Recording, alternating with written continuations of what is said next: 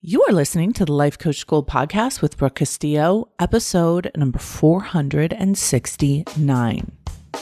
Welcome to the Life Coach School podcast, where it's all about real clients, real problems, and real coaching. And now, your host, Master Coach Instructor, Brooke Castillo. Hello, my beautiful friends. How are you?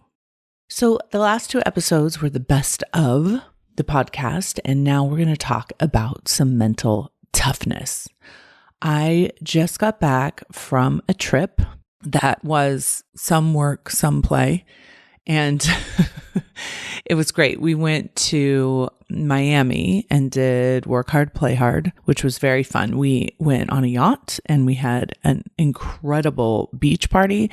And then in the mornings, we worked on our businesses and the teaching components and the content components of our businesses and how to make money and how to serve our clients in the best way. It was really fun. I had my family there with me too. So my son Connor was there with me and his friends were there and my friends were there. Kind of my chosen family was there. We all stayed in the same place together. So we had a really amazing time and it was really cool to connect with everyone in kind of a more intimate environment than normal. I was able to hang out and talk to so many of my coaches that I normally, don't have that play hard time with. So it was great. We played lots of games. And Pictionary and Taboo and Cornhole and Bocce Ball. It was great. We had a really good time. So anyway, hats off to my team for pulling off such an amazing weekend, I guess it was, and making it so fun and so awesome for everyone that came. And then I left there with the fam and we went to London and then we went to Dubai and then we went to the Maldives. And came home and stayed in LA for a little bit, did some work in LA. And then I went and visited my family in Chico and then I came home. So I was gone for like 2.5 months. So it's really nice to be back in Scottsdale. The weather is gorgeous here. Everything is starting to bloom. And of course, I'm playing pickleball.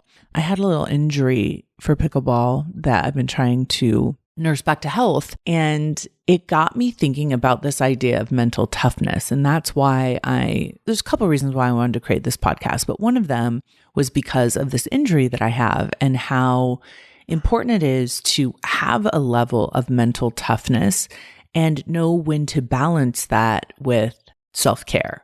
And when should you be tough?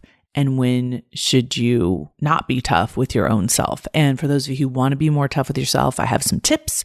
And for those of you who are probably too tough with yourself, I have some tips. I have some balance for that. But I pulled or strained a muscle in my hip.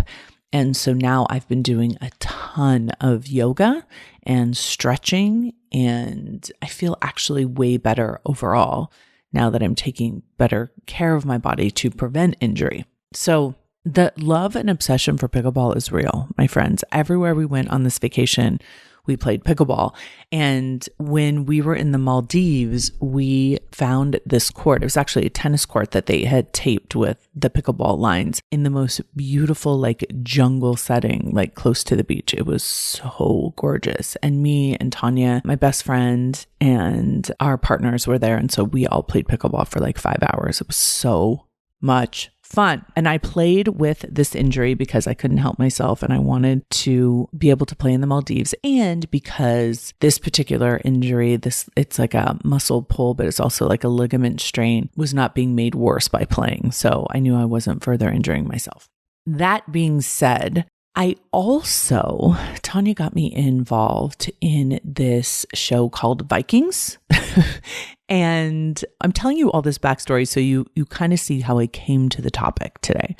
And first of all, it's an amazing show, especially if you're a feminist. I think it's a fantastic kind of display of characters. Especially there's one character, if you guys have watched it before, that's such an amazing feminist back in the day representing women. And she's such a hero to me in this show, and I'm really enjoying it. So anyway, I was watching and there was this one part where the main character kind of went up on a hill and was spending some time alone kind of meditating. And when he came back, they said to him, wow, you have gotten yourself very mentally strong, because he was basically preparing himself for battle. And I thought that was such an interesting thing that someone said to him, that you have gotten yourself so mentally strong. You have prepared yourself and made yourself mentally strong. And it made me think about, is that something that I should think about more consciously and do more consciously? Make my brain, make my mentality stronger and be a stronger person or not? And I kind of like to live in questions for a minute and try the question on and explore the thoughts I have about it and kind of play with how mentally tough I already am and kind of explore the places where maybe I think mental toughness is misused against ourselves in a way that's harmful, but also how mental toughness can be used for ourselves in a way that's very useful. And one of the things that I've been doing a lot of lately is watching my son, Christian, golf, and really looking and admiring his mental toughness on the course, his ability to stay focused, his ability to stay committed, his ability to stay positive, his ability to really kind of have the argument with himself in a way that serves him and doesn't hurt him. And this is what I think it is. I think it is very similar to the relationships we have with the people that we love in our lives, is like the relationship we have with our own brain when we love ourselves and we love our own brain. And being able to navigate through the garbage that comes up inside of our own heads and be kind of disciplined and tough about what happens and not give in to excuses that will harm us or indulgent thoughts that will hurt us or cause us to take actions that we ultimately don't want to take in the long run. The other part of mental toughness, I think, is our willingness to allow people to judge us and allow people to be wrong about us and allow ourselves to experience any emotion that will keep us opened up to life instead of closed down from life. So for me, what that looks like is people can make fun of me, people can say negative things about me, people can be wrong about me, people can tease me, they can say crazy stuff to my face. And I have an ability to not take that on. I have like a barrier where I don't need to allow that to touch me or hurt me. And I do think that that's a lot of my own mental toughness because I understand in so many ways that that is about them and not about me. And I do think that that mental toughness serves me as it applies to other people, say, attacking me. I had this actually crazy experience recently where I was waiting in line to go into a concert.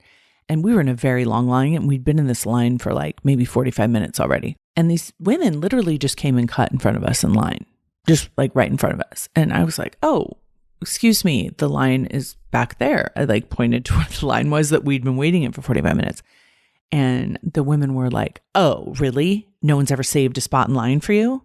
And I was like, did someone save a spot in line? Because you're stepping in front of me and I didn't save you a spot in line. Like, I'm confused. And she was like, oh, really? And then started calling me like all these swear names. Oh, really, B? What the F? What the F? But like trying to get in a fight with me. I was like, what is going on?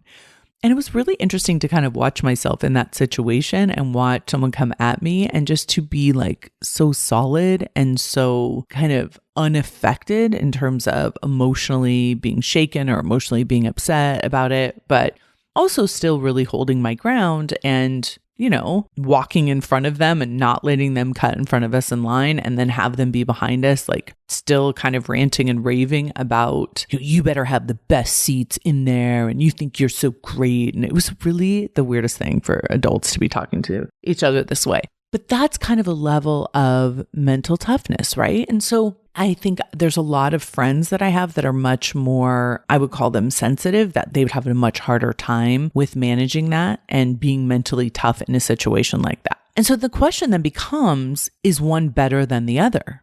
Is one good? Is one not good? Should we be more mentally tough? Should we be less mentally tough? And should we be more sensitive?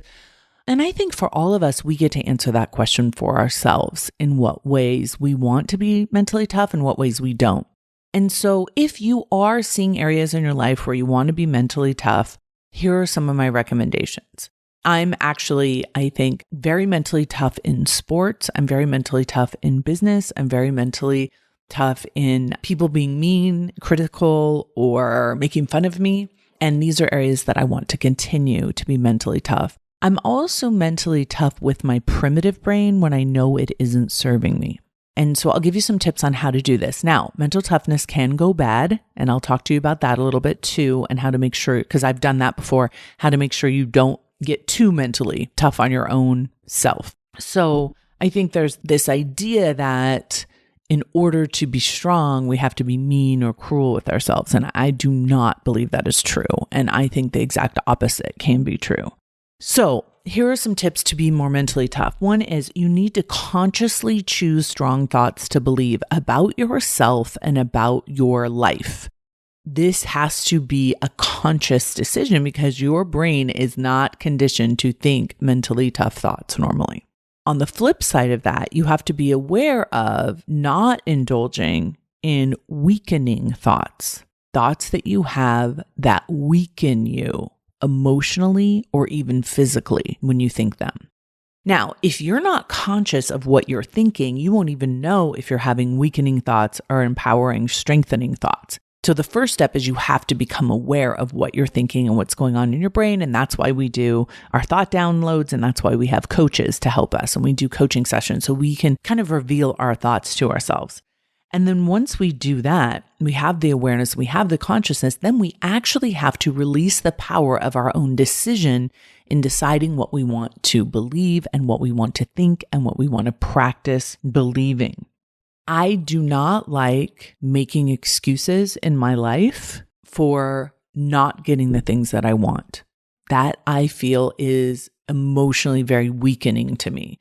So I just don't do that. I don't make excuses. If I have an explanation or a justification for why I'm not doing something, I want to make sure it's an empowering, strengthening commentary in my own brain, or I just don't say it to myself. And you will know if an excuse hurts you by the way you feel, and you'll know if an excuse hurts you if it pulls you back from what you truly want in your life. Oh, I couldn't do this because I'd had, a really long day. Or I couldn't eat well because I got in a fight with somebody. For me, using circumstances and explaining away my behavior that I don't want to be doing because of a circumstance is weakening to me because it gives all my power away versus I chose to eat all of this ice cream, or I chose to eat all of these chips, or I chose to eat all of this bread because I didn't want to feel my feelings. That's not an excuse, that's an explanation. And even though it's not a great explanation, it doesn't kind of let me off the hook, so to speak.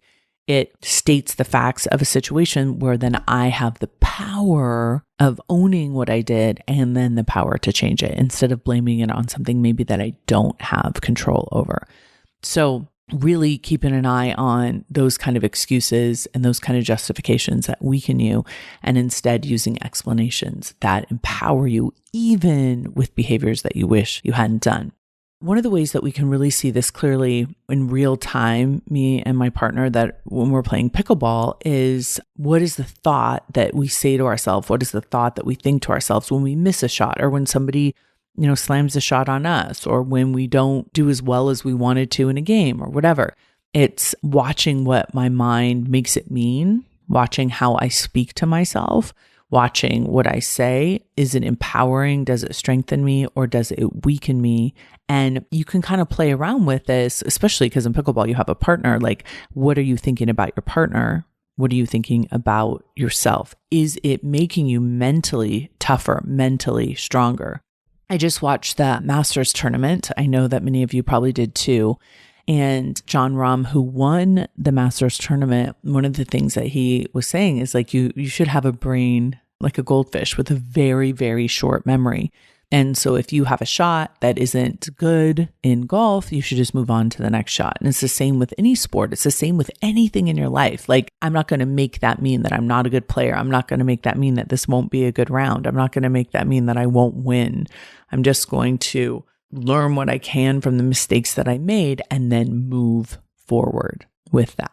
So really looking at what are the thoughts that you think you could believe that would make you mentally tougher, that would make you feel stronger, that would make you less susceptible to unnecessary damage from internal thoughts or even external triggering thoughts that you are provided with from other people, so to speak.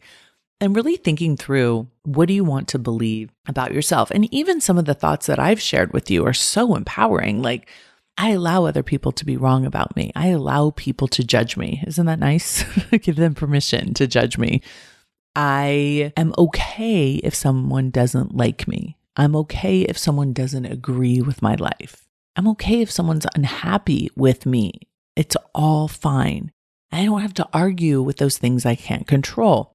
And notice when you argue with the things you can't control, you are weakening yourself. You're disempowering yourself because you're giving your power away to something that isn't something that is within your control. And so then you feel like a victim and you feel defeated.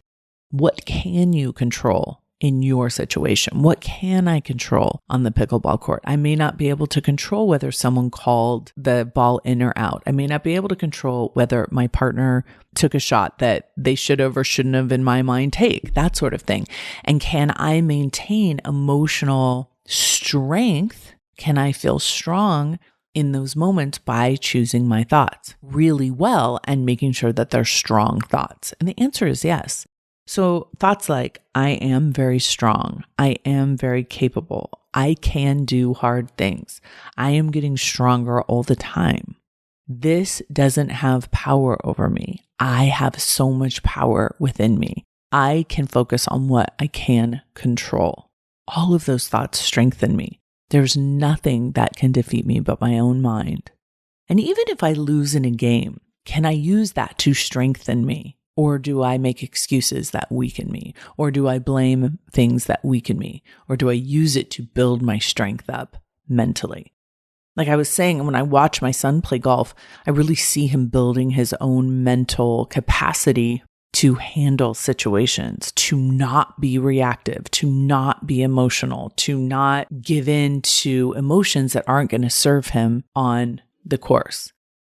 The last piece of this that I think is a really important part of mental toughness, and this is kind of goes back to that show I was watching, the Vikings, where he was saying, gosh, I've made myself very mentally strong. I think one of the things that can do that is a willingness to invite fear in and to hold a space for fear so you can be courageous. And if you think about having to go into any kind of battle, it will include fear. Your primitive brain will be afraid. This is a beautiful thing. We want to be afraid of things that are dangerous. We want to be afraid of things that could challenge us, that could put us into very deep negative emotion or physical negativity. We want to be aware of that. But if we can use the fear and our ability to feel it and to feel courageous and to take action anyway, we're going to have so much more mental toughness in our life. We're not going to shy away from experiences that can create scary emotions. And the better we are at feeling all those negative emotions, the willingness we have to feel fear, to be willing to put ourselves in harm's way, the more mental toughness we're going to be able to build up.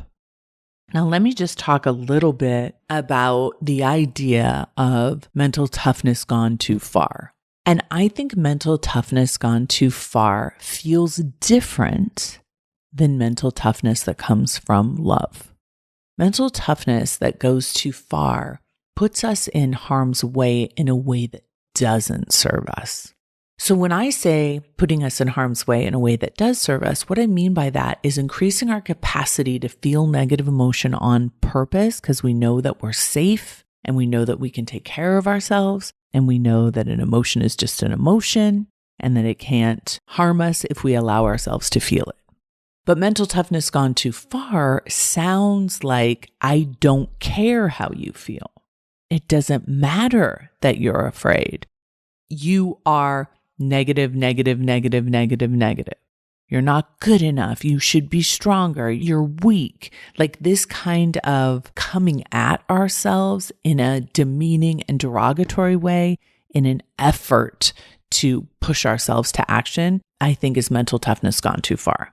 So the way that I used to experience this was when I was dieting and exercising, over-exercising. I was very mentally tough in the sense that I could stick to a diet and I could be very hungry and I could exercise until I felt weak and depleted. And it got me the result that I had wanted, but through the process of really demeaning myself, beating myself up, and disempowering myself. And it wasn't sustainable. It was like me working against my own will, like beating the crap out of myself, which I think could be called some form of mental toughness, some form of mental discipline. But if the intention behind it, if the emotion fueling it is insecurity, frustration, anger, disgust, limited thinking, you are going to end up using mental toughness against yourself to harm yourself. So the easiest way to know is listen to the voice in your head. It's the difference between, girl, you can do this right now. You can go on this hike and you can hike this hill because you're amazing and you're strong and you are going to build up the strength in your legs. And I believe in you. That's a form of mental toughness. Do not stop. Keep climbing this hill. Keep going to that next tree. I've got you. You can do this. You're capable of it. You're strong. Versus you're not stopping until you get to the top of this hill. You can't be weak. You can't let yourself down. You can't let these other people walk faster than you. What is wrong with you? Why don't you walk faster? Why aren't you in better shape? See, I told you should have been doing this, that, and this, that. It's the tone. And so when you use that mental toughness in a way to harm yourself, literally harm yourself and your relationship with yourself, it won't be sustainable. And it also won't perpetuate itself. Mental toughness that comes from love perpetuates itself. I used to have a teacher who was one of my toughest teachers in school. I've talked about her before, Mrs. Gobel, and she was my algebra teacher. And she pushed us so hard and she expected us to be so tough and she expected us to study so hard because she believed in us and she wanted us to win and she wanted us to get A's and she wanted to celebrate our increased knowledge and our ability to do well. And that kind of mental strength that I developed by sitting down and studying, even though I didn't want to, and doing all the things that I didn't want to do to overcome my own excuses and to overcome my own negative talk, was the epitome of mental toughness in my life.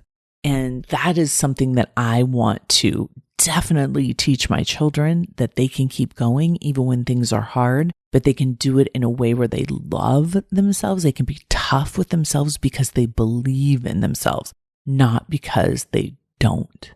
There's a huge, huge difference. And I want to be tough on my kids and I want to be tough on my employees and I want to be tough on my clients in a way that lets them know how much I expect of them and love them and believe that they can do more great, wonderful things versus beating them up, beating myself up, hating on myself in order to try and produce wonderful things. It just doesn't work and it just continues to weaken. So hopefully this conversation that I've had with you here on mental toughness will encourage you to become mentally strong, to build up the muscles in your brain. Because ultimately, I think the benefit of mental toughness is the relationship with yourself and being willing to go to battle with your own brain over the life that you truly, truly want to create for yourself. And if you do it with love, you will continue to evolve. You will continue to blow your own mind with what you're capable of by using the mental strength that you have developed. Have a beautiful week, everyone. I'll talk to you soon. Bye-bye. Hey, if you enjoy listening to this podcast, you have to come check out Self-Coaching Scholars. It's my monthly coaching program where we take all this material and we apply it. We take it to the next level and we study it. Join me over at thelifecoachschool.com/join. Make sure you type in the lifecoachschool.com/join. I'd love to have you join me in Self-Coaching Scholars. See you there.